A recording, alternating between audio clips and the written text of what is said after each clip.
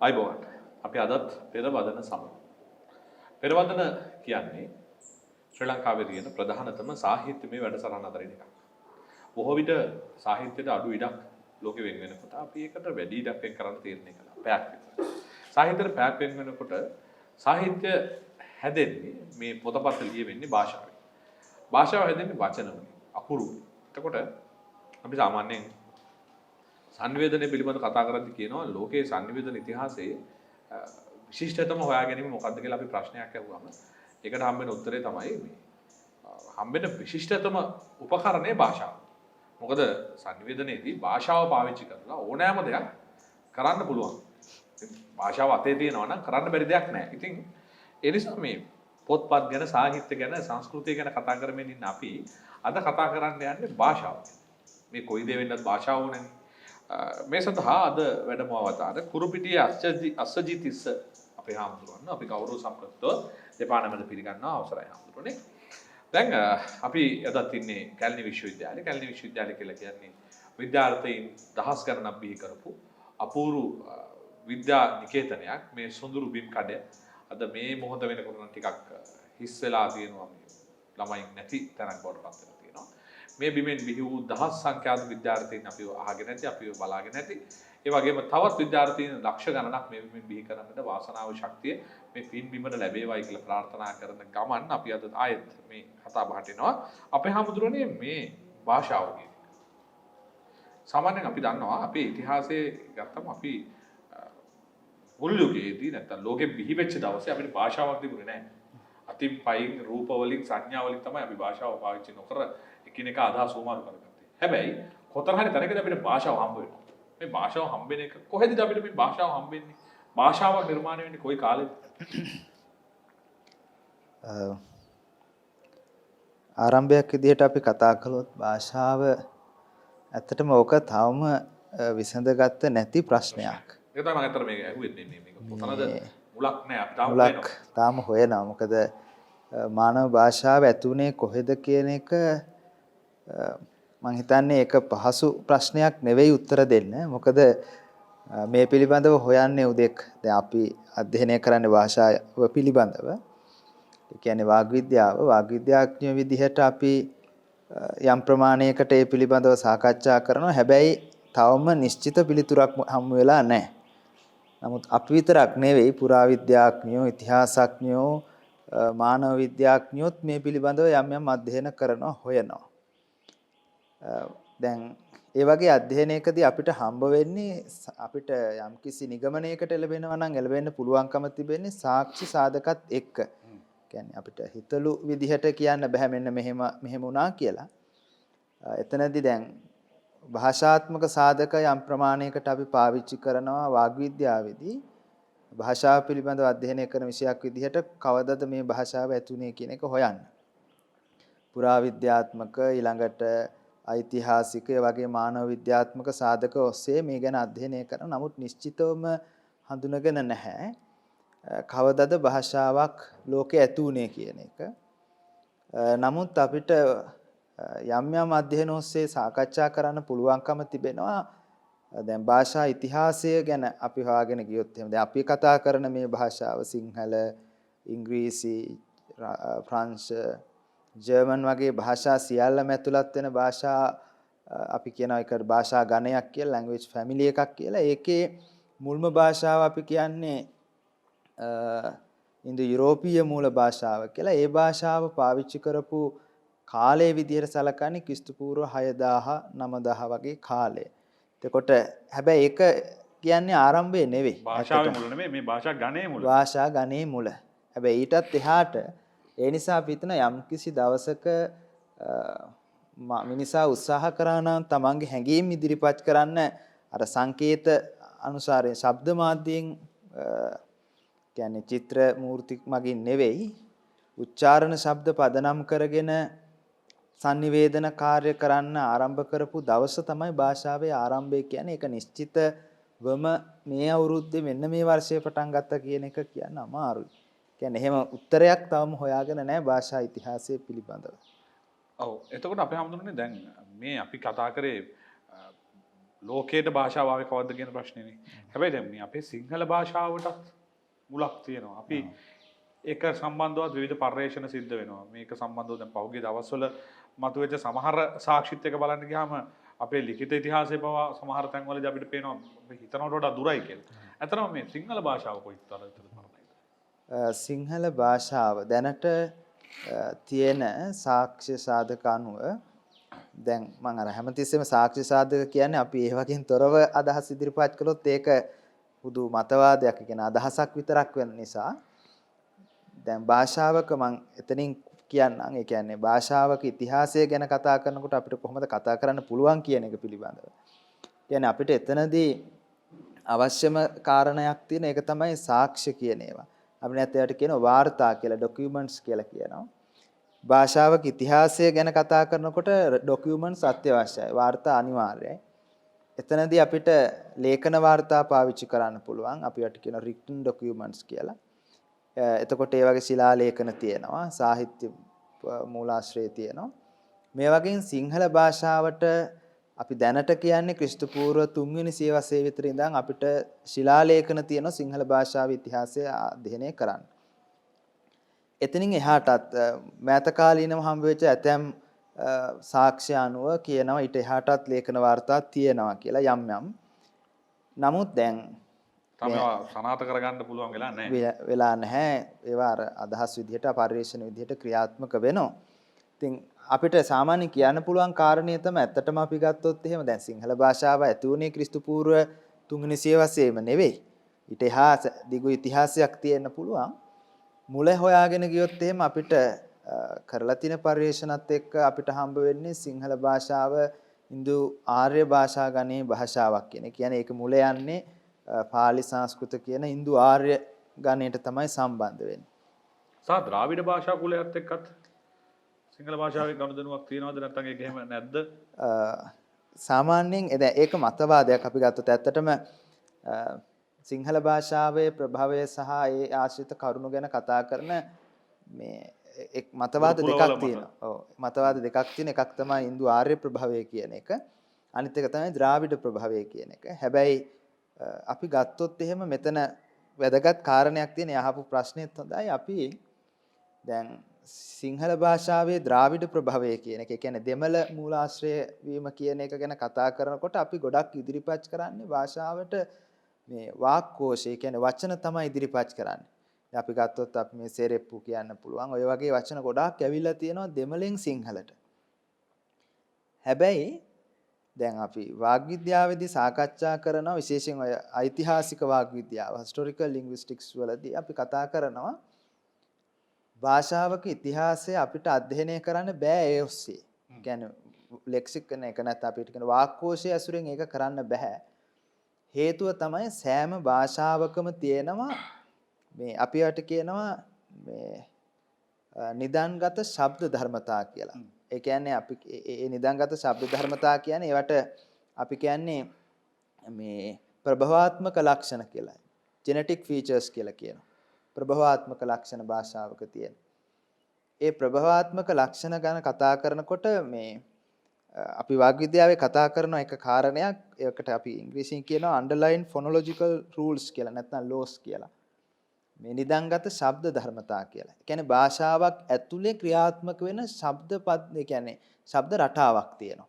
ඒක දෙමළෙන් වචන ගත්තත් ඉංග්‍රීසියෙන් ගත්තත් කොහෙන් ගත්තත් ඒ ශබ්ද රටාවට තමයි අපි වචන පාවිච්චි කරන්නේ. ඒ නිසා තමයි දැන් නූතන උදාහරණයක් අපි ගත්තොත් එහෙම අපි දැන් ට්‍රැක්ටර් කියන ඉංග්‍රීසි වචනේ ගත්තට අපි කියන්නේ ට්‍රැක්ටරේ කියලා. ඒ කියන්නේ සාමාන්‍ය ජන විවහාරයේ අපි කියන්නේ ට්‍රැක්ටරේ. ස්කූල් කියලා ගත්තට අපි කියන්නේ ඉස්කෝලේ කියලා. යන්න. ඒ කියන්නේ අපි අර ශබ්ද ධර්මතා මත තමයි අපි ක්‍රියාත්මක වෙන්නේ. දෙමළෙන් ගත්තත් එහෙමයි ඒ වචන. දැන් ඒකටම තව උදාහරණයක් ගත්තොත් එහෙම දැන් කොක්කු කියලා වචනයක් තියෙනවා අපිට සිංහලේ. දැන් කොක්කු කියලා කියන්නේ දෙමළ ඒක වචන. දෙමළ භාෂාවේ.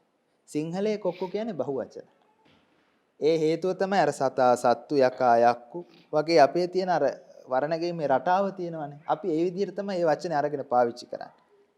අපි පාවිච්චි කරනකොට වචනේ. අර underlying phonological rules නැත්නම් laws කියලා කියන්නේ නිදන්ගත ශබ්ද ධර්මතා කියලා කියන්නේ දැන් මම ඒකට උදාහරණයක් කියන්නම්. එහෙම කිව්වහම මේක වඩාත් පහසුවේ මං හිතන්නේ. දැන් අපි ගත්තොත් එහෙම දැන් හිතන්නකෝ මේ සමහරට විශේෂ මූලික වෙන්නත් පුළුවන් මම මේ කියන කාරණා. නමුත් වැදගත් වෙන නිසා දැන් අපි ගත්තොත් එහෙම දැන් කුරුල්ලා කියන වචනය අපි ශ්‍රීලිංග රූපේ හදාගන්න ගියොත් අපි කියන්නේ කිරිල්ලි කියලා.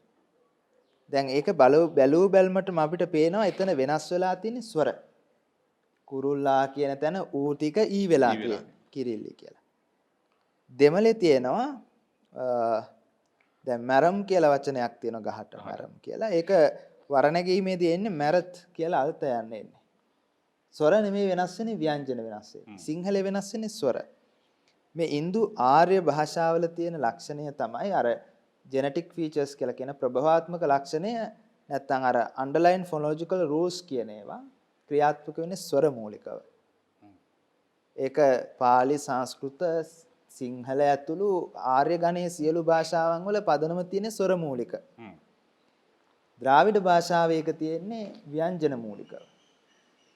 එතකොට මේ අන්ඩර්ලයින් ෆොනොලොජිකල් රූල්ස් නැත්නම් නිදාංගත ශබ්ද ධර්මතා අතිශය වැදගත් භාෂාවක ප්‍රභවය හොයනකොට. ඒවා ජෙනටික් ෆීචර්ස් කියනවා නැත්නම් ප්‍රභවාත්මක ලක්ෂණ ලේසියෙන් භාෂාවක නැති වෙන්නේ නැහැ. වචන වාක්කෝෂයට කොච්චර වචන ආවත් අර නිදාංගත ශබ්ද ධර්මතා ඒ විදිහට ක්‍රියාත්මක වෙනවා. ඒ නිසා සනාථ කරලා තියෙන, ඒ කියන්නේ යම් ගොඩක් පරිශන කරලා තියෙනවා වාග් විද්‍යාඥයෝ. ඒ තුල සනාථ කරලා තියෙනවා සිංහලයේ ප්‍රභවය ආර්ය ප්‍රභවයක් තියෙන කියලා. ඒකෙත් තවත් හොයනවා නම් තව ක්ෂේත්‍ර තියෙනවා. ආර්ය කිව්වහම මේක කොහෙන්ද ආවේ? නැගෙනහිරින්ද බටහිරින්ද කොහෙන්ද ආවේ කියන එක. පර්සියාව ආශ්‍රිතව උඩට ගියාද පහළට ගියාද මොකද්ද කියන එක. ඒ ගැන ඉතින් ඒක හොයන්නත් පුළුවන්. නමුත් ඒක ලොකු පරිශ්‍රණයක් අපි කළොත් එහෙම කොහෙන්ද ආවේ කියන එක ලෙහෙසි එකක් නෙවෙයි, ලොකු පරිශ්‍රණයක්. මොකද අපේ වචන දෙකම තියෙනවානේ. මම එකටත් උදාහරණයක් කියන්නම්. දැන් අපේ තියෙනවා මේ ඇස් කියලා වචනයකුත් තියෙනවානේ. ඇස් කියලාත් තියෙනවා. අපි මේ දැන් ඔය නැත්නම් මම මෙහෙම කියන්නම්කෝ. දැන් අපේ තියෙන වචන දෙකක් මැක්ක සහ මැස්සා කියලා. මැක්කයි මැස්සයි කියලා දෙකක් දෙන්නෙක් ඉන්නවනේ.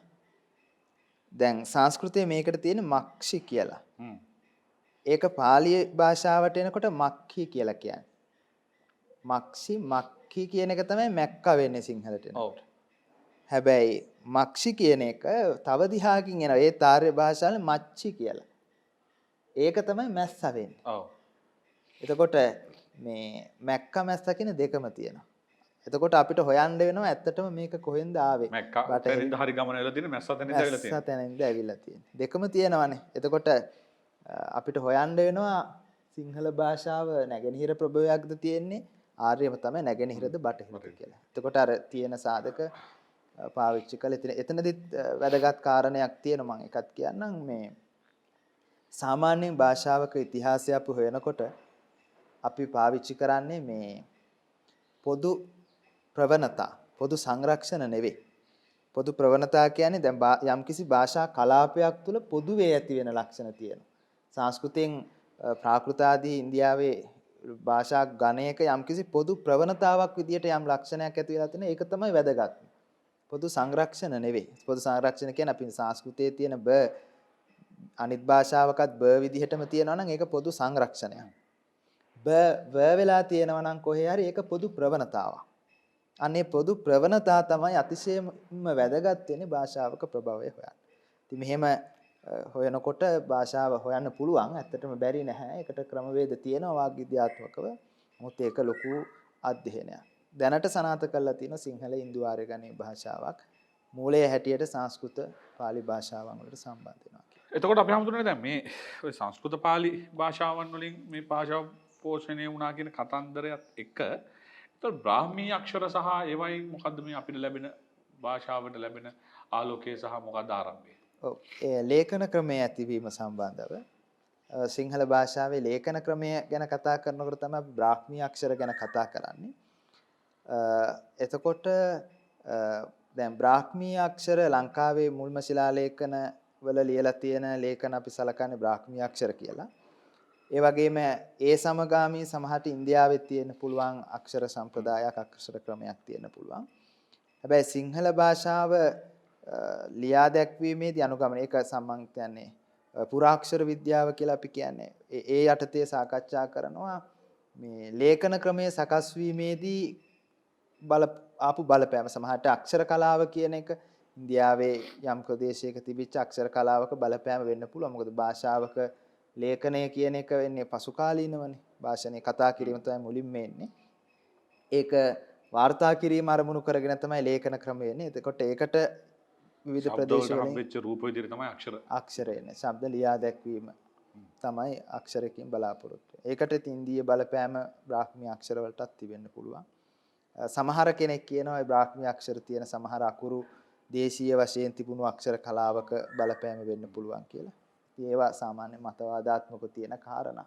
කියන්නේ පොදු ඒකමතික අදහස් හැටියට පිළිගන්න පුළුවන් ඒවා නෙවෙයි.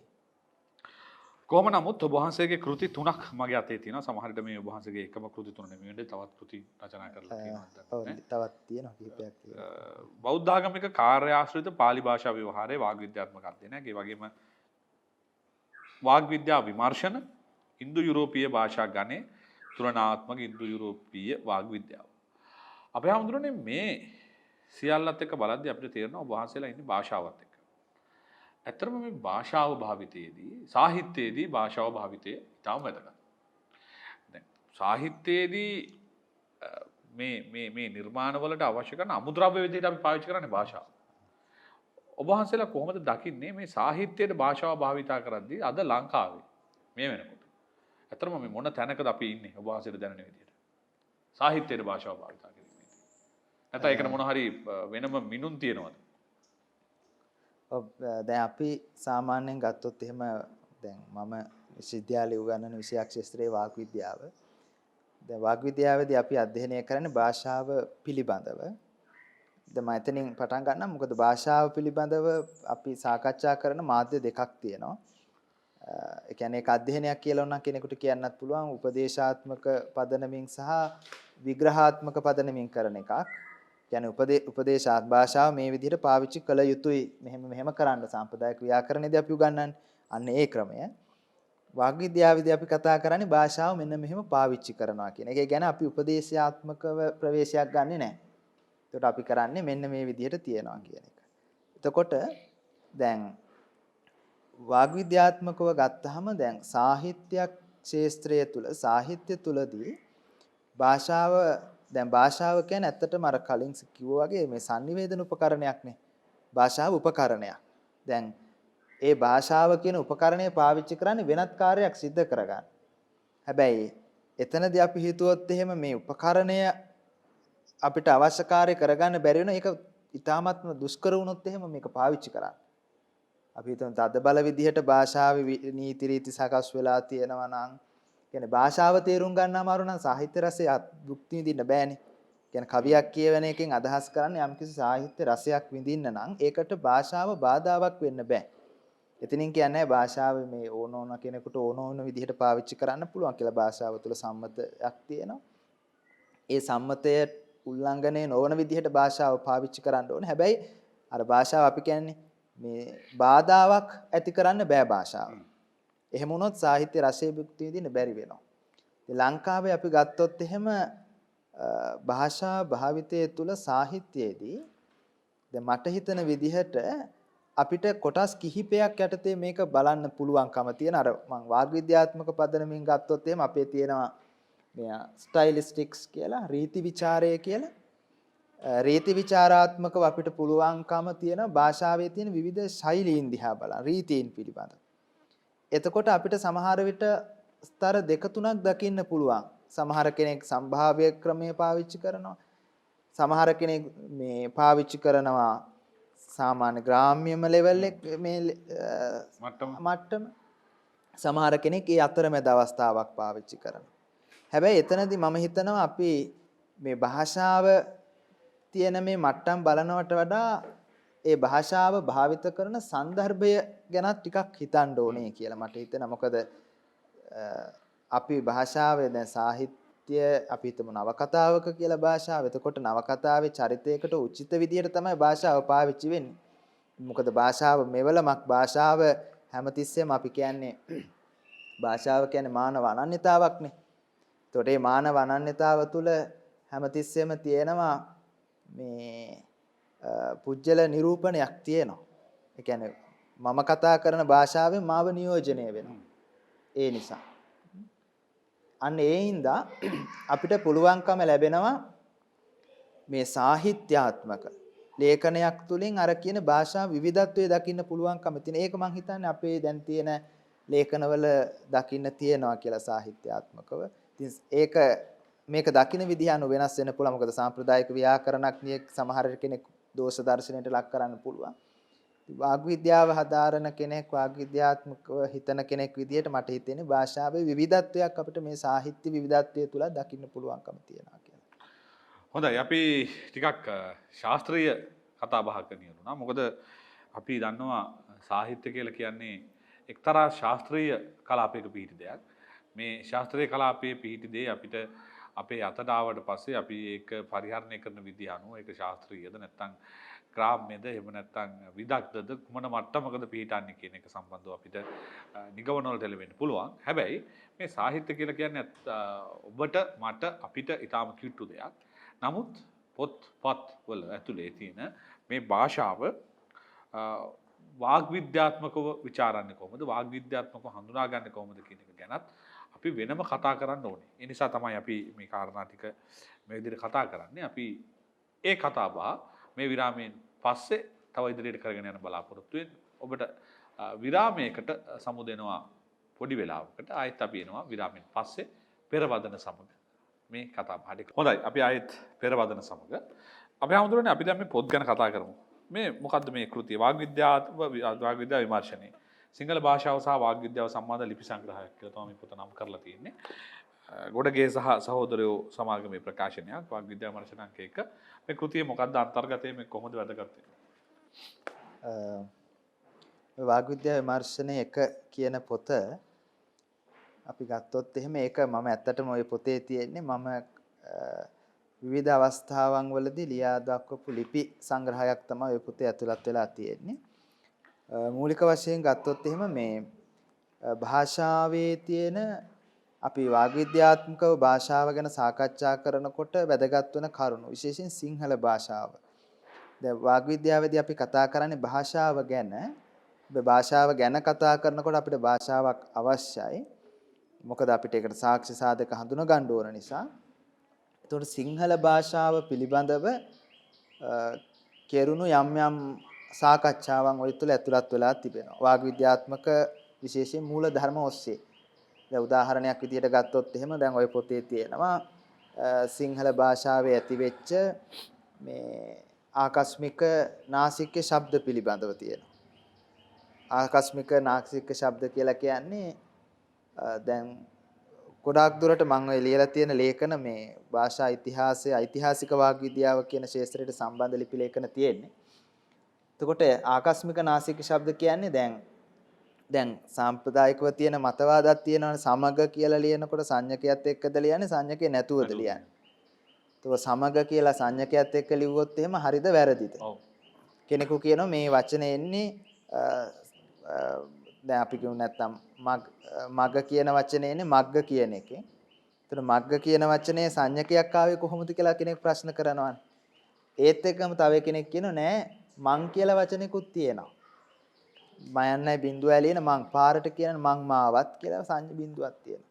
ඒ නිසා සමහර කෙනෙක් කියනවා මෙතන මග කියන එකත් නිවැරදි කියලා. ඒ නිසා දැන් භාෂා ඉතිහාසය ගැන හිතනකොට අපිට සමහර තැනකදී හම්බ වෙනවා ඉබේ ඇතිවෙච්ච නාසික ශබ්ද භාෂාව. ඒවට අපි කියනවා මේ ආකස්මික නාසිකය කියලා. තව උදාහරණ ගොඩක් තියෙනවා අපි ගත්තොත් එහෙම නියඟ කියන තැන මේක සංස්කෘත පාලි වචන නිදාගහ කියන එක. ඒ වචනයේ අපේ සිංහලෙන් නියඟය කියලා තියෙන සංඥකයේ තියෙන. එතකොට අන්න ඒ වගේ ඒවා ගැන මම අධ්‍යයනය කරලා තියෙනවා නිදාග නියඟ වගේ නාසික්‍ය ඒ කියන්නේ ආකස්මික නාසික ශබ්ද ඇතිවීම පිළිබඳව නාසික ශබ්ද කොයි විදිහටද සිංහලයට ආවේ කියන එක මොකද පාලි සංස්කෘත වල නාසික ශබ්ද නැහැනේ. එතකොට නාසික ශබ්ද කියලා කියන්නේ මේ ඇත්තටම නාසික මේ සංඥක ශබ්ද කියන ඒවා. නේසලයිස්ඩ් කියන ඒවා සංඥක ශබ්ද ගාංජට දඹ කියන ඒවා. ඒවා පාලි සංස්කෘත වල නැහැ. එතකොට ඒ සංඥක ශබ්ද කොහොමද ඇති වුනේ කියන එක ගැන සාකච්ඡා කරලා තියෙනවා. ඊළඟට මේවා හෝඩිට එකතු වෙන්නේ පසු කාලීන. පසු කාලීනවන එකතු වෙන්නේ. ඒවා මොකද සමහර කෙනෙක් කියන මේවා සංයුක්ත කියලා.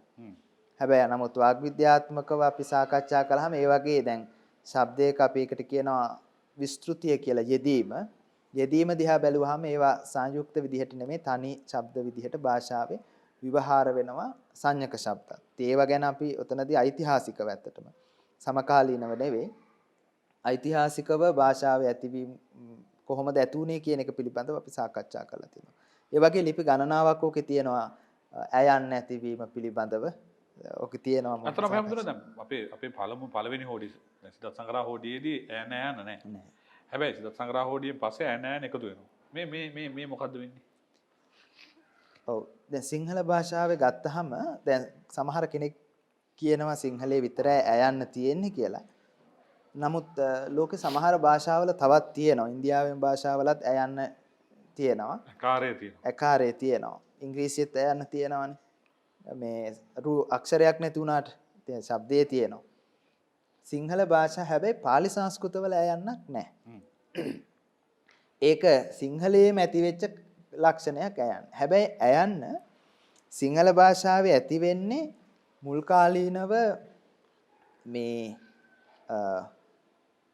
අයන්නේ යෙදෙන ශබ්දයක් විදිහට. අයන්නේම අපි ඒවට කියනවා මේ විකල්ප යෙදීමක් විදිහට අයන්න.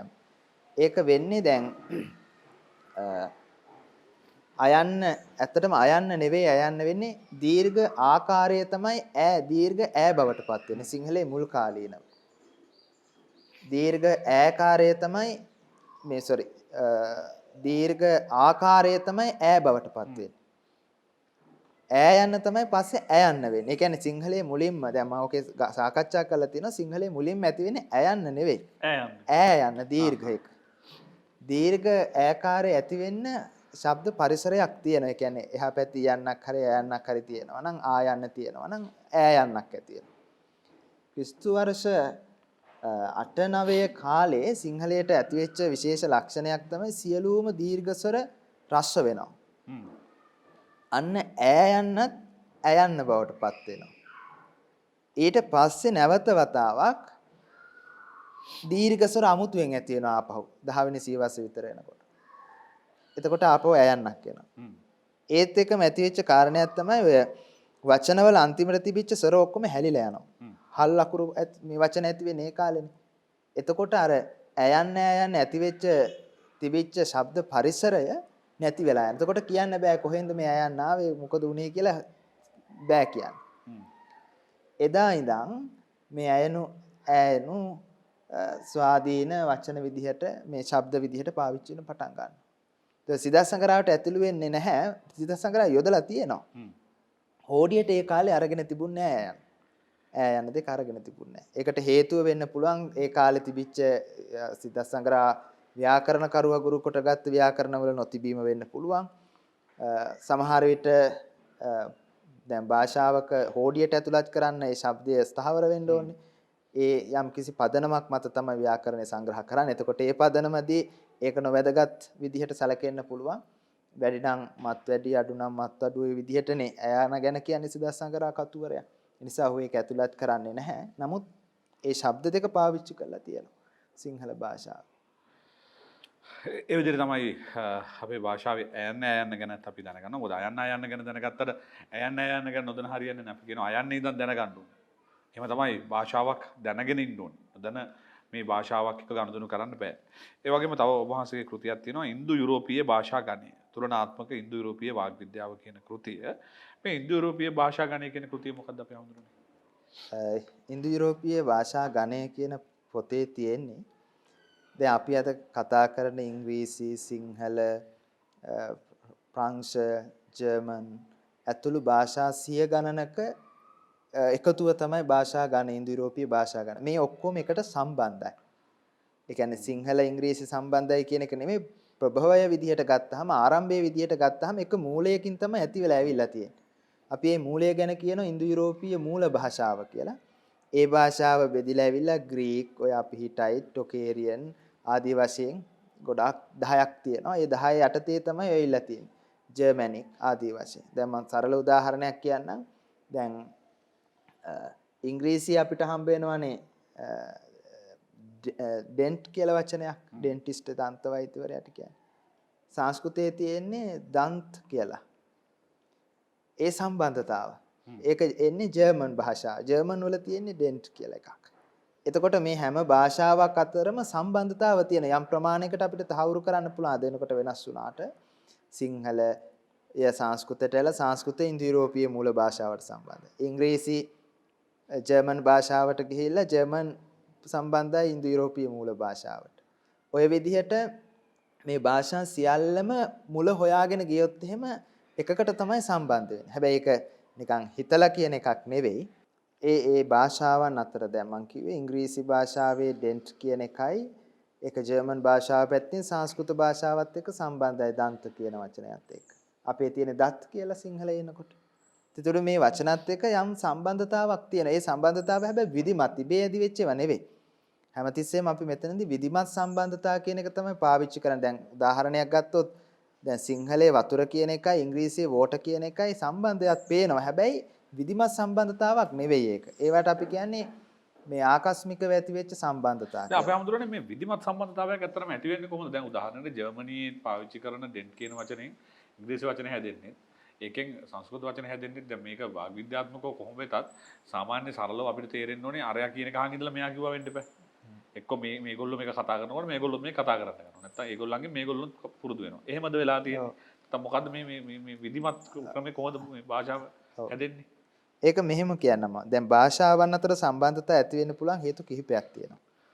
එකක් තමයි අපි තව භාෂාවකින් ණයට වචන ගත්තොත් අපි ඒකට කියන භාෂාමය ඍණීකරණය කියලා. ණයට අරගෙන පාවිච්චි කරනකොට සම්බන්ධතාව පේනවා. හැබැයි ඒවා විධිමත් සම්බන්ධතා නෙවෙයි. ණයට අරන් කාර් එක කියනවා වගේද මේක? අන්න හරි. ඉංග්‍රීසියෙන් අපි කාර් කියන වචනේ අරගෙන කාර් එක කියනවා. දෙමළෙන් සෙරෙප්පු කියන වචනේ ණයට අරන් තියෙනවා. ණයට ගන්නේයි කියන එක ගැන වෙනම කතා කරන්න ඕනේ අපි. ඒකට කියන්නේ ඍණීකරණයේ ඇති වෙන හේතු කිහිපයක් තියෙනවා. එතකොට ණයට ගත්තාම භාෂා අතර සම්බන්ධතාවක් තියෙනවා වගේ පේනවා. හැබැයි ඒවා අල්මාරි ස්තෝපු පෘතුගීසි ලන්දේසි මේවෙන් අපි අරගෙන තියෙනවා. ගොඩාක් භාෂා වලින් අරගෙන තියෙන ඒ ඔක්කොම ණයට ගත්ත වචන. දැන් මම එකක් කියලා ණයට ගන්න හේතු දෙකක් තියෙනවා. එකක් තමයි අපේ භාෂාවේ ඊට අදාළ වචනයක් නැත්නම් අපි වෙන භාෂාවකින් ගන්නවා. අපි ඒකට කියනවා මේ ඌණ පූර්ණ පරමාර්ථයේ වචන ගන්නවා කියලා. අනිත් එක තමයි සම්භාවනා පරමාර්ථය. ඒ කියන්නේ දැන් අපි කතා කරනකොට සමහරලාට සිංහලයේ වචනෙකුත් තියෙනවා. ඉංග්‍රීසියෙන් වචන අරන් කතා කරන්නේ. දැන් අපි කියනවා වින්ඩ් ස්ක්‍රීන් එක කියලා. අන්න හරි. හැබැයි ඒකට වාමුවාව කියලා සිංහල වචනෙකුත් තියෙනවා. හැබැයි මගේ වාමුවාවට දැන් මම හරි බැරි වෙලාවත් මගේ රක්ෂණ නියෝජිතයට කතා කරලා කිව්වොත් මගේ වාහනය අංක කියලා මගේ වාමුවාව කැඩුනා කියලා කිව්වොත් මේ මිනිස්සයා කියයි ඔයා මේ සතුවත් වෙන්න කතා කරන්නේ මුවා ගැන කිව්වා. දන්නේ නැහැ. ඔව් එහෙම එකක් තියෙනවා. ඒ කියන්නේ අර විවහාරයේ නැති වචන සමහර ඒවා තියෙනවා. හිම කිරම ටිකක් අරන් දෙන්න කියන්නේ නෑනේ පොඩ්ඩක් කවදාවත් අපිට අයිස්ක්‍රීම් අරන් දෙන්න කියන්නේ. ඔව් ඒ වගේ වචනත් සාමාන්‍යයෙන් තියෙන කියන්නේ විවහාරයේ නැහැ. නමුත් වචන තියෙනවා. වඩාත් අපි පාවිච්චි කරන්නේ කියන්නේ භාෂාව කියන්නේ අර මම කලින් කිව්වා වගේ මේ sannivedana උපකරණයක් නේ. මේක අපිට පහසුවෙන් පාවිච්චි කරන්න පුළුවන් වෙන්න ඕනනේ. අපි සියලු වැඩ කරගන්නේ භාෂාවෙන් වැඩ කරගන්න නම් ඒක පහසු වෙන්න ඕන. අපි අමාරුවෙන් භාෂාවෙන් වැඩ කරන්න කිව්වොත් එහෙම කරදරයක් නේ. ඒ නිසා අපි විවිධ භාෂා වලින් වචන ගන්නවා. දැන් මම කිව්වේ දැන් අපි මාසුක ණයට ගන්න එක ගැන. ණයට ගන්න එක. ඍණීකරණය ගැන එකක් අනිත් එක සම්භාවනාව සඳහා. දැන් සමහරට අපිට හිතෙනවානේ දැන් ඉංග්‍රීසි වචනයක් පාවිච්චි කරාම ඒක ටිකක් ඉහළ මට්ටමක හැඟීමක් අපි එන සම්භාවනාවක් ඇති වෙනවානේ. සමහර තැනකද අපි එන්නේ වගේ අදහසින් අපි සමහරලාට රචන ගන්න ඍණීකරණය. හැබැයි ඍණීකරණයට ගත්තා කියලා භාෂා අතර සම්බන්ධතාවක් ඇති වෙන්නේ නැහැ. ඒවට අපි කියන්නේ නොවැදගත් ඒවා හැටියට. භාෂා දෙකක් අතර විධිමත් සම්බන්ධතාව වෙන්න නම් ඒ භාෂා දෙක එක් භාෂාවකින් බිඳිලා එන්න ඕනේ. දැන් අපි හිතමු සිංහල සහ හින්දි භාෂාව අතර සම්බන්ධයක් ඇති වෙන්න නම් දෙකම ආර්ය භාෂානේ. මේ භාෂා දෙක යම් මූල භාෂාවකින් බිඳිලා එන්න ඕනේ. ඒ කියන්නේ එක භාෂාවක් කතා කරමින් හිටපු කට්ටිය ගඟක් තරණය කළා හෝ දූපතකින් එහාට ගිහිල්ලා හෝ ඒ භාෂාව කතා කරනකොට වෙන විදිහක් හැදෙනවද භාෂාවේ? ඒකද මේක? අනේ ඒක තමයි. ඔව්. දැන් අපි හිතමුකෝ මෙහෙම මම මෙහෙම එක කට්ටියක් යනවා ඉන්දියාවට එක කට්ටියක් ලංකාවට එනවා. ඔව්. ඉන්දියාවේ කට්ටිය කතා කරන එකයි ලංකාවේ කට්ටිය කතා කරන එකයි අතර වෙනස්කම් ඇති වෙනවා මේ පරතරේ හින්දා. ඒක උදාහරණයක් ගත්තා. දැන් අපි ආර්ය කියන්නේ ආර්ය කියන එකම තමයි ඔය අවස්තන් ඉරානීය කියන්නේත් ඒකම තමයි. සම්බන්ධ විභක්ති රූපේ ආයේ කියන වචනේ ආර්ය කියන එක. එකම අය දෙපැත්තට බෙදලා ගියාට පස්සේ ඒ අතර වෙනස්කම් ඇති වෙනවා. භාෂාවත් එහෙමනේ. දැන් සිංහලෙන් ගිය භාෂාවක් නේ මාලදිවයිනේ දිවෙහි බස. දැන් යන්තම් ටිකක් ඉතුරු වෙලා තියෙන භාෂා සම්පූර්ණයෙන් වගේ වෙනස් වෙනවනේ ඉතින්. ඒ වගේ අපේ ප්‍රේක්ෂකයෝ මේ කතාව දන්නේ නැතුව ඇති. ඇත්තටම මාලදිවයිනේ භාෂාව දිවෙහි භාෂා කියන එක හැදෙන්නේ මේ අපේ භාෂාවේ රූපත් එක්ක. සිංහල භාෂාවේ උපභාෂාවක් විදිහට තමයි මාලදිවයිනේ දිවෙහි භාෂ ඇති වෙන්නේ. අපේ අමුතුරෙන් අපි කියමුකෝ ඒ කතාව. ඇත්තටම මාලදිවයින් භාෂා ඇති වෙච්ච විදිය මොනවද ඒකට තියෙන සාක්ෂි? දැන් 16 වෙනි සියවසේ විතර මට මතක විදිහට 16 වෙනි සියවසේ විතර තමයි සිංහල භාෂකයෝ තමයි මාලදිවයිනේ ගිහිල්ලා පදිංචි වෙන්නේ. ඒ අය පාවිච්චි කරපු භාෂාව තමයි මාලදිවයින් භාෂාව දිවෙහි භාෂා. ඒක සිංහල භාෂාවේ උපභාෂාවක් මාලදිවයිනේ. හැබැයි මාලදිවයිනේ වටේටම තියෙනවා අරාබි භාෂා තියෙනවා. අරාබි භාෂාව ඒ අරාබි භාෂාවේ බලපෑම නිසා දිවෙහි භාෂාවට වැඩිපුරම ලැබෙන්නේ අරාබි භාෂාවේ බලපෑම. දැන් අපි සිංහල වුණත් යාපනයේ පැත්තට යනකොට දෙමළ භාෂාවේ බලපෑම වැඩි. ඔව්. දකුණු ඉන්දියා බලපෑමත් එක්ක. ඉන්දියා ඒ කියන්නේ යාපනයේ දෙමළ භාෂාව නිසා සිංහලයට දෙමළ භාෂා බලපෑම වැඩි. දැන් අපි කඳුඩ රට පැත්තට ගියොත් එහෙම දෙමළ භාෂාවට සිංහල භාෂාවේ බලපෑම වැඩි. සහ පිටකොටුවේදී අපි දකිනවා මේ සිංහලෝ හයන්න කියන්නේ. ඔව් ඒ වගේ. ඒකට හේතු වෙන්නේ මේ දෙමළ මුස්ලිම් භාෂා ව්‍යවහාරයේ භාෂා ව්‍යවහාර එක එක ඒකට අපි කියන මේ භාෂා මිශ්‍රණය වෙනවා කියලා. භාෂා මිශ්‍ර වෙනවා මේ ජන වර්ගයකට ජීවත් වෙනකොට. ඉතින් දිවෙහි භාෂා පාවිච්චි කරපු අය අරාබි භාෂාවල බලපෑමත් එක්ක ඒ භාෂාව මිශ්‍ර වෙනකොට ටික තියෙන සම්බන්ධතාව අඩු වෙලා යනවා. මොකද භාෂාව කියන්නේ එක තැනක තියෙන එකක් නෙවෙයිනේ. මේ අපි කතා කරන මොහොතේත් භාෂාව වෙනස් වෙනවා. ඒක අපිට දැනෙන්නේ නැහැ. දැනෙන්න නම් પરම්පරා දෙකක් සංසන්දනය කරන්න ඕන. නැත්නම් අපිට දැනෙන්නේ නැහැ. එහෙම නැත්නම් අපි මේ කතා කරන මොහොතේ පටන් මේ හැම මොහොතකම භාෂාව වෙනස් වෙනවා. ඒක නතර කරන්න පුළුවන් දෙයක් නෙවෙයි. ජීවමය භාෂාවක් නම් වෙනස් වෙනවා. ජීවමය භාෂාවක් නම් මල භාෂාවක් නෙවෙයි නම් ජීව භාෂාවක් නම් අනිවාර්යයෙන්ම භාෂාව වෙනස් වෙනවා. ඒක නතර කරන්න බෑ. ඒ වෙනස් වෙනවා කියලා කියන්නේ තියෙන ලක්ෂණ වෙනස්කම් වලට ලක් වෙනවා. කාලයක් යනකොට මේ දෙක අතර හඳුනාගත නොහැකි පරතරයක් ඇති වුණාට පස්සේ අපි කියනවා භාෂා දෙකක් කියලා. දැන් ඒක ලංකාවේ අපි හිතමු දකුණේ සහ වස්නාහිර තියෙන භාෂා දෙක අතර තියෙන සම්බන්ධතාව හඳුනාගත නොහැකි තැනට ආවොත් එහෙම ඒක භාෂා දෙකක් වෙනවා. හැබැයි ඒක දේශපාලන පදනමකුත් තියෙන. මොකද භාෂා දෙක ඒගොල්ලෝ වෙන් කළේ නැත්තම් දැන් උදාහරණයක් ගත්තොත් චීනයේ උතුර සහ නැගෙනහිර පැත්තේ භාෂා දෙගොල්ලන්ට තේරුම් නැතුණාට එක භාෂාවක් ඒගොල්ලෝ.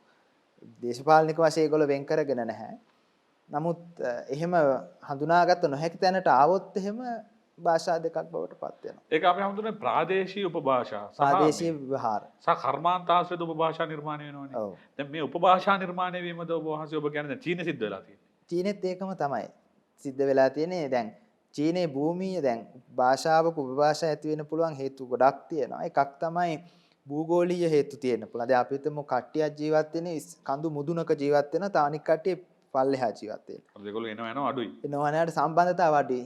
එතකොට මේ දෙගොල්ලෝ අතර දැන් මම අර කලින් කිව්වාගේ හැමතිස්සෙම වෙනස් වෙනවනේ අපි කතා කරනකොට. ඒ වෙනස් වෙනකොට දෙගොල්ලෝ නිතර මුණ ගැහෙන්නේ නැත්නම් දෙගොල්ලෝ අතර යම් මේ කියන්නේ ඒ අයට අනන්‍ය ලක්ෂණ ගොඩ නැගෙනවා භාෂාව ඇතුළේ. උච්චාරණය වෙන්න පුළුවන්, ව්‍යාකරණය වෙන්න පුළුවන්. එතකොට ටික වෙනස ඇති වෙලා ගිහිල්ලා දෙකක් බවට පත් වෙන්න පුළුවන්. උපභාෂා තමයි භාෂා බෙදෙන්නේ. ඒ නිසා තමයි අර අපි කියන්නේ දැන් අපි මේ ඉංග්‍රීසි සිංහල ආදී වශයෙන් කියන භාෂාව අවුරුදු ක්‍රිස්තු පූර්ව 9000 දී ඔය 6000 ඔය අතර කාලෙදී යුරෝපයේ එක භාෂාවක් තමයි යුරෝපයේ කියන්නේ ඒක මතවාදයක් තියෙන කොහෙද පාවිච්චි කරේ කියන එක ඉන්දු යුරෝපීය මූල භාෂාව ඒ භාෂාවෙන් විදිලා ආපු භාෂා තමයි මේවා. අපේ අමුතුරනේ දැන් ඔබ වහන්සේලා කියන විදිහට මේ උපභාෂාවක් නිර්මාණය වෙනවා කන්දක් මුදුරින් ඉන්න කට්ටියයි කන්දක් පහළ ඉන්න කට්ටියයි අතරමඟ තියෙන දුර්ග මාර්ග නිසා මුණ නොගැහුණා. දූපතක් වුණාම මූදෙන් වට වුණාම ගංගා දෝණියකින් වට වුණාම මේ හරහා උපභාෂාව නිර්මාණය වෙනවා. ඒක හරි. හැබැයි අපේ ගොවියා ගෙදර ඉඳලා කුඹුරට යනවා. කුඹුරට ගිහිල්ලා පාවර පොලේදී යතුරු කියලා ගෙදර ඇවිල්ලා ආයෙ කුල්ල කියනවා. ආයෙ යතුරු කියනවා. ඊට පස්සේ අම්බරුවා කියලා කියනවා. මැඩුවන් කියලා කියනවා. කලවිටි පිරිත කියලා කියනවා. හඳුන් කිරිපැන් කියලා කියනවා. අරක්වල මුත්තා මේ වචන ඔක්කොම තියෙන්නේ පාවර පොලේ විතරයි. ගෙදර එනකොට වෙන જાතියක්. ගෙදරින් අරන් යන කෑමෙක් අතරදී ඇඹුල වෙනවා. ඇඹුල කාලා ගෙදර ඇවිල්ලා පහුවදාට බත් කනවා. හැබැයි මේක හැදෙන්නේ කොහොමද? දැන් මේක අර කිසිම භූෂමතා කලාපයක ලක්ෂණයක්වත් භූෂමතා වෙනසක්වත් මුකුත් නැතුව අපේ ගොවියා හරි පහසුවෙන් හරි ලේසියෙන් මේක කරගෙන යනවා. ගොවියාට වරදින්නේ නැහැ නේ. ගොවියා වැරදිලා පවර පොලේදී කුල්ල කියන්නේ නැහැ නේ අතුර මිසක්. මොකද්ද මේක නිර්මාණය වුණේ ඇයි කියන එක නෙමෙයි නිර්මාණය වෙන්නේ කොහොමද ඇත්තටම? ඔය දැන් අර මම කතා කරපු කාරණේ තමයි භූගෝලීය විවිධත්වය කියන එක. මම ඒකත් කියලාම ඉන්නම් උපභාෂාවක් ඇති වෙන්න පුළුවන් අනිත් හේතුව තමයි මේ සමාජීය හේතු. අපි යට කියනවා සමාජීය උපභාෂා කියලා. ඒ කියන්නේ අපි කියන්නේ පන්ති ભેදය වෙන්න පුළුවන්, කුල ભેදය වෙන්න පුළුවන්. ඒ හේතු මතත් උපභාෂා ඇති වෙනවා ඇත්තටම ගත්තොත්. දැන් ඔය අහපු ප්‍රශ්නෙට අදාළව කියනවා නම් දැන් භාෂාවේ අපි ගත්තොත් එහෙම භාෂා විවහාරය ඇත්තටම විවිධයි. දැන් සමහර ඒ විවිධත්වය අපි සමහරලාට කියන මේ ප්‍රාස්තාවික භාෂා කියලා කියනවා. පරිමිත භාෂා කියලා කියනවා. දැන් ඔය කියපු කාරණේ අදාළ වෙන්නේ මෙන්න මේ කොටසට. ඒ කියන්නේ අපි භාෂකය විදිහට අපිට පුළුවන්කම තියෙනවා යම් අවස්ථාවන් වලට සීමා වෙච්ච භාෂා විවහාරයන් අපේ භාෂාවේ තියෙනවා. දැන් ඒ කියන්නේ කුඹුරට ගියාම අපි පාවිච්චි කරන්නේ වෙනම භාෂා විවහාරයක් පාවිච්චි කරන්නේ. ඒ අවස්ථාවට විතරයි අපි ඒක පාවිච්චි කරන්නේ. ඒක දැන් උපභාෂාව වශයෙන් තියෙන වෙනසක් නෙවෙයි, පුජ්‍යලයා බද්ධව තියෙන වෙනසක් නෙවෙයි, අවස්ථාව අනුව ඒක තීරණය වෙන්නේ. දැන් කුඹුරට ගියාම එක විවහාරයක්. ඒ පුජ්‍යලයාම සමහර වෙලාවට අපි හිතමු පතල් කර්මාන්තයේ දෙනවා නම් පතලේ දිහා පාවිච්චි කරන්නේ නැහැ ඒ වචන ටික. හේනදි තව එකක්. හේනදි තව එකක් එයා පාවිච්චි කරන්නේ. අපි හිතමු එයා වෛද්‍යවරයෙක් කියලා. වෛද්‍යවරයෙක් නම් එයා වෛද්‍ය වෘත්තියට ගියාට පස්සේ ඒ වචන පාවිච්චි කරන්නේ එතනට නියමිත වචන ටිකක් තියෙනවා. ඒ අවස්ථාවට උචිත විදිහටත් අපි භාෂා වෙනස් කරන දැන් අහපු ප්‍රශ්නේ ඉතාමත් වැදගත්. මොකද මේ භාෂාවේ තියෙන විවිධත්වය කියන එක. දැන් අපිට හිතෙන්නේ භාෂාව කියවහම එකක් කියලානේ. ඇත්තටම භාෂාව කියන්නේ එකක් නෙවෙයි. ඒ කියන්නේ එකක් විදිහට අපිට භාෂාව ගන්න හරි අමාරුයි. භාෂාව ඒ තරම්ම විවිධයි. දැන් මම කතා කරන භාෂාව ඔතුමා කතා කරන භාෂාවට වඩා වෙනස්. ඒ නිසා අපි දෙන්න හඳුනා ගන්න පුළුවන්. දැන් මට දුරකථන පණිවිඩයක් එනකොට මගේ ජංගම දුරකථනයේ නම දාලා නැත්තම් නමුත් හඬෙන් හඳුනන්න පුළුවන් කවුද කතා කරන්න කියලා. බොහෝ විට අපි දන්න කෙනෙක් දැන් රේඩියෝ එක අහගෙන ඉන්නකොට අපිට පුළුවන් මේ කතා කරන්නේ මේ කියා හඳුනා ගන්න. හැබැයි කතා කරන්නේ සිංහලනේ. ඒ වෙනස එකම වචන එකම විදිය. හැබැයි හඬේ වෙනසකුත් තියෙන. ඒ කියන්නේ පුජ්‍යල බද්ධවත් භාෂා විවහාරය වෙනස්. කියන්නේ අපි 10ක් ඉන්නවා 10 දෙනාගේ භාෂා විවහාර අපි එකට වාග් විද්‍යාවේ කියනවා පුජ්‍යල භාෂණය කියලා. ඉඩියොලෙක්ට්ස් කියලා ඉංග්‍රීසියෙන් කියනවා. පුජ්‍යල භාෂණය කියලා කියනවා. ඒ කියන්නේ භාෂාවේ විවිධත්වය කියන එක අතිශය විශාලයි. අපි එකම පුජ්‍යලයා වුණත් එක එක අවස්ථාවන් වලදී භාෂා විවහාරය වෙනස්. යාළුවොත් එක්ක කතා කරනකොට, ගුරුවරයෙක් ඉස්සරහා, උසාවියේදී, එහෙම නැත්නම් වෙන තැනකදී, මල මගුල් ගෙදරකදී භාෂාවේ විවිධත්වය අපි හෙව්වොත් එහෙම විවිධතා විශාලයි. ඒ නිසා තමයි අපි අර යම් සීමා පනවගෙන මෙන්න මේ ඇස්සේ පුළුවන් උපභාෂා විදියට ගන්න පුළුවන්. පරිමිත භාෂා කියලා ගන්න යම් අවස්ථාවකට විතරක් සීමා වෙච්ච. යම් අවස්ථාවකදී විතරක් පාවිච්චි කරන විවහාරය. දැන් හිතන්නකෝ දැන් අපේ දුම්රිය පොලේදී කෝච්චියනවා කියන විදිහ. දැන් ඒ නිවේදනය කරන කෙනා කවුරු හරි එයා ගෙදර ගිහිල්ලා ඒ විදිහට කතා කරන්නේ නැහනේ.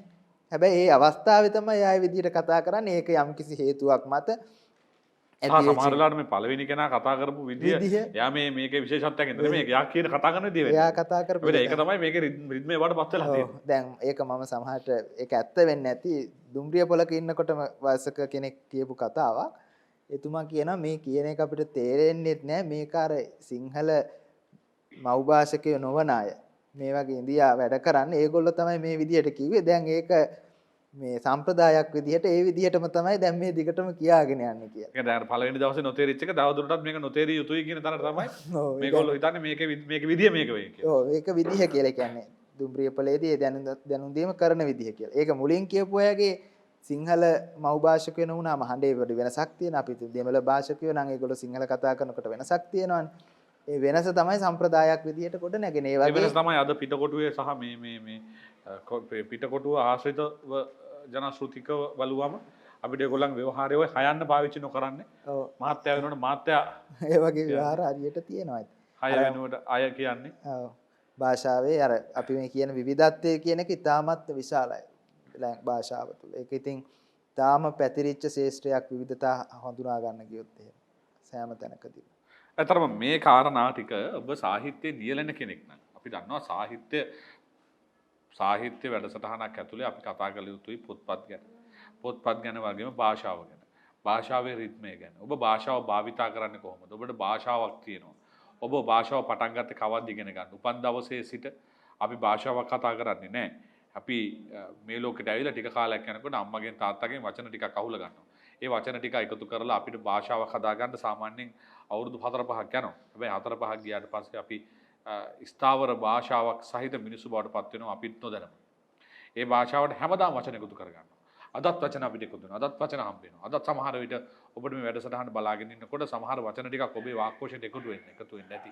සිංහල භාෂාවත් එහෙමයි. සිංහල භාෂාවට හැමදාම වචන එකතු වෙනවා. තාමත් එකතු වෙනවා නේද? තාමත් එකතු වෙනවා. ඒ නිසා මේක මල භාෂාවක් නෙමෙයි කියලා අපි කියනවා. මේ භාෂාව මල භාෂාවක් නොවෙන්නට රැකබලා ගැනීමේ වගකීම තියෙන්නේ අපිට. එහෙමනම් ඉතින් මේ සිංහල භාෂාව හෙළබස අපේ භාෂාව ආරක්ෂා කර ගැනීම සඳහා ඔබටත් පොතක් ලියන්න මේ භාෂාත්මක දැනුම අවශ්‍යයි. ඒ නිසා තමයි අපි අද මේ වාග් විද්‍යාත්මකව මේ වැඩසටහන සම්පූර්ණයෙන්ම අරගෙන ගියේ. පැයකින් ඉවර කරන්න පුළුවන් දෙයක් නෙමෙයි වාග් විද්‍යාව කියන විෂය ඉගෙනගෙන හෝ දැන හඳුනාගෙන.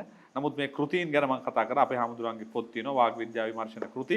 මේවා ගොඩගේ සහ සහෝදරයෝ සමාගමේ මුද්‍රණ විදිහට කීපයක් පිට වෙලා තියෙන්නේ. එහෙනම් මේ කෘතීන් ඔබ පරිශීලනය කරන්න. ඔබට මේ විෂය සම්බන්ධ දැනුමක් ලබා ගන්න අවශ්‍ය නම් මේ අතරම ඔබට ඉතාම වැදගත් විෂය කොටසක් වේවි කියලා අපි බලාපොරොත්තු වෙනවා. එහෙනම් අද දවසේ අපිත් සමග සම්බන්ධ වුණු කුරුපිට අසදීතිස්ස අපේ හාමුදුරනේ ඔබ වහන්සේට බොහොම ස්තුතියි. තවත් දවසක අපි හමු වෙමු පෙරවදන සමග. මේ පෙරවදන අලුත් තැනක ඉඳන් අපි අද දවසේ ඔබත් එක්ක සම්බන්ධ වුණේ කැලණි විශ්වවිද්‍යාලේ. අපි සූදානම් දැන් පෙරවදන ටිකක් මේ විදිහට එළියට අරගෙන යන්න. විශ්වවිද්‍යාලේ අධ්‍යාපන ආයතනයේ ඔබත් කැමති නම් ඔබේ අධ්‍යාපන ආයතනයකට අපිත් එක්ක මේ විදිහට කතා බහ කරන්න කැමති නම් අපි සූදානම් ඔබේ තැනටත් එන්න. එහෙනම් අදට පෙරවදනින් අපි සමු ගන්නවා. තවත් දවසක හමු වෙන බලාපොරොත්තු